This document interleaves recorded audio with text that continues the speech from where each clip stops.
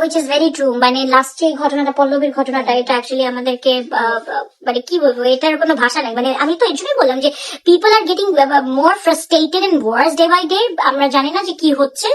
So এটার জন্য মানে কি বলবো, মানে আসলে এটার কোনো ভাষা নাই। এটা আমি যখন দেখছি লাস্ট, আমি পুরা চুপ হয়েছিলাম কতক্ষণ, যে আমার নিজেরও তো 2টা বাচ্চা আছে। মানে হোয়াট, কোথায় আমরা সেফ থাকবো? কোথাও সেফ থাকার মতো জায়গা নেই। যাই হোক, আমি বলবো যে যাদেরই